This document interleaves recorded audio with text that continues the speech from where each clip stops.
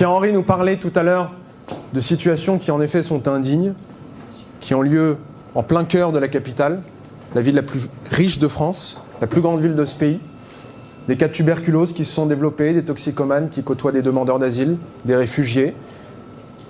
Et puis, effectivement, un jeu politicien qui a consisté à se renvoyer la balle. C'est pas de ma faute, c'est le voisin qui est responsable ou qui est compétent. Avant de vous parler du sujet de l'emploi, avant de vous parler du sujet de l'économie, j'aimerais juste dire, sur un sujet humain, ça, il faut vraiment en finir. Il faut vraiment en finir avec cette politique-là qui consiste simplement à blâmer les autres et pas à rechercher des solutions. Le deuxième sentiment que j'éprouve, c'est d'abord une envie extrêmement forte. Parce que quand on entend tout ce que vous venez de dire, ce potentiel, quand je vous ai vu, Carmen, Jessica, Louis-Simon, Pierre bien sûr, Anna qui en parlait tout à l'heure, Paola, Lucas, on se dit qu'on a dans cette campagne tous les talents, tous les potentiels, toutes les compétences autour de Cédric Villani pour véritablement transformer Paris. Et on va avoir avec cette élection une nouvelle génération qui va arriver aux responsabilités et qui va justement prendre ses responsabilités et qui ne va pas chercher à s'en défausser. Et donc, effectivement, deuxième sentiment, c'est beaucoup d'envie, beaucoup d'espoir en vous voyant, en vous écoutant. Et puis, je voulais simplement remercier, mesdames, messieurs, de nous accueillir dans ce lieu emblématique du 19e, le Café 108. Merci à vous.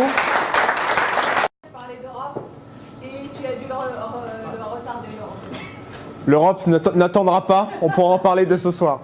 Mais en tout cas, je voulais simplement vous dire qu'on reviendra, s'il le faut, autant que possible, et que le 22 mars prochain, peut-être qu'on fêtera avec vous l'élection d'une nouvelle maire pour le 19e arrondissement.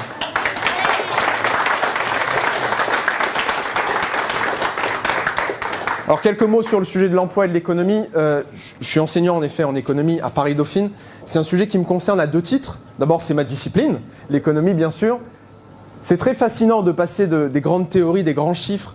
Moi, j'enseigne la macroéconomie, donc les chiffres du PIB, les chiffres du chômage, tout ça est très abstrait.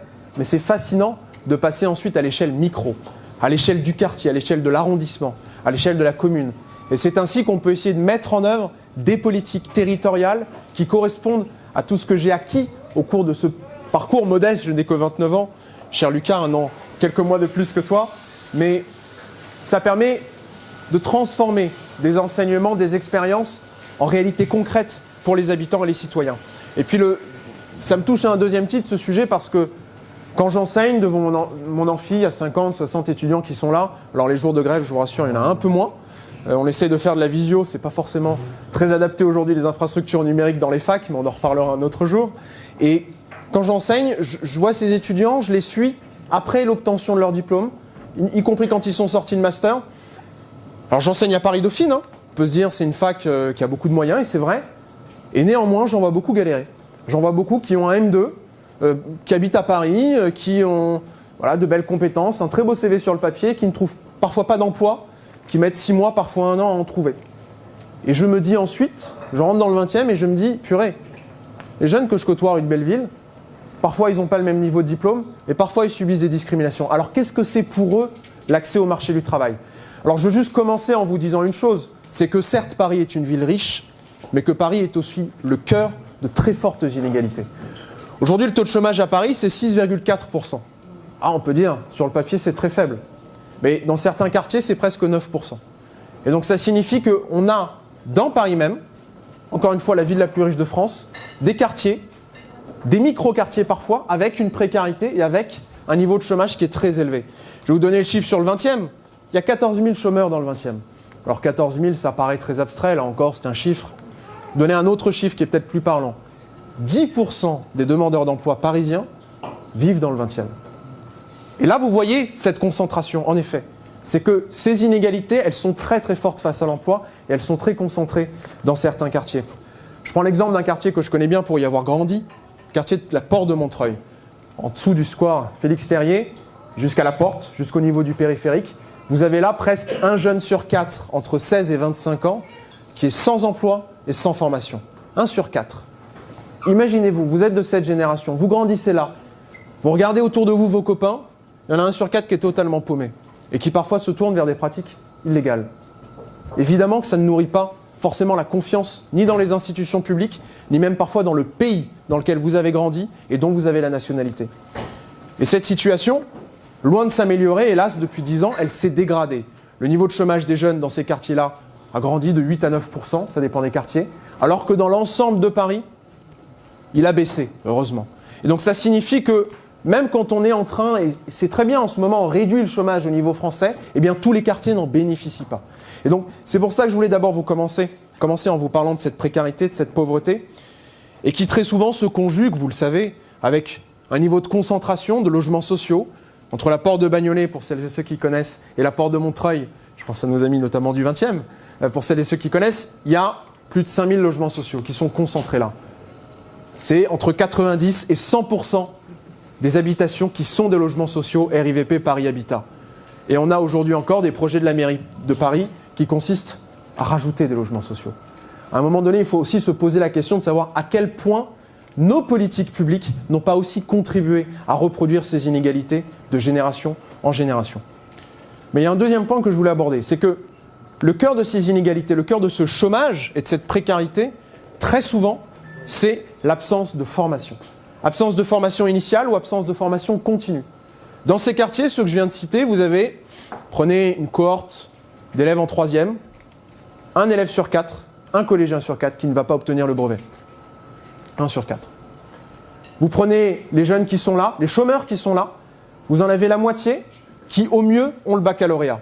Évidemment, on le sait, alors ça, on l'a appris théoriquement dans les cours, on l'a vu à la télé.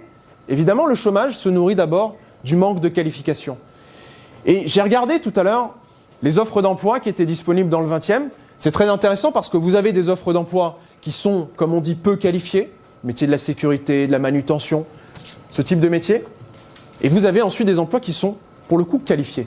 Des emplois de commerciaux, relations commerciales sur des grands groupes, des emplois sur la comptabilité, ou encore des emplois de programmateurs informatiques. Et oui, on embauche dans le 20e arrondissement des programmeurs informatiques. On a visité il y a quelque temps, tu t'en souviens sans doute Jessica, un des fleurons du 20e arrondissement qui s'appelle l'entreprise Quantic Dream, qui est un développeur de jeux vidéo qui exporte dans le monde entier, au Japon, en Chine, aux États-Unis, des centaines de milliers de jeux vidéo, et qui sort pour Noël d'ailleurs un nouveau titre. J'en ferai pas la promotion, mais je peux vous indiquer que c'est un très haut niveau de technologie.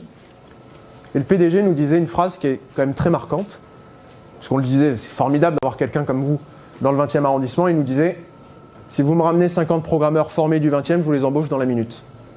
Il y a à la fois tout l'espoir et toute la détresse de ces quartiers dans cette phrase. Tout l'espoir parce qu'il y a un potentiel formidable, on a des fleurons, on a de l'innovation, on a des nouvelles technologies dans ces quartiers, et en même temps la détresse parce que ça veut dire que simplement notre système de formation ne marche pas. Parce qu'il ne trouve pas de jeunes ou de moins jeunes qualifiés alors qu'il a, lui, des offres d'emploi. Et donc c'est tout ce système qu'on veut remettre totalement à plat pour servir les habitants de ces quartiers. Alors j'en termine, puisque on a eu quelques propositions de la part de Lucas et de Paola sur les thèmes de la sécurité puis de l'éducation.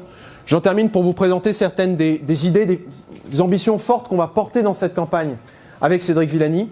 La première, c'est, en effet, comme je le disais, de mettre le paquet sur la formation parce que la ville de Paris, en tant que mairie, mais aussi en tant que département, est responsable, avec Pôle emploi, du plan local d'insertion et d'emploi. Et donc, nous aurons un nouveau plan local pour la période 2020-2026 et il faudra qu'on fixe aux agents de Pôle emploi et aux agents de la mairie des priorités extrêmement claires. La première des priorités, c'est le repérage.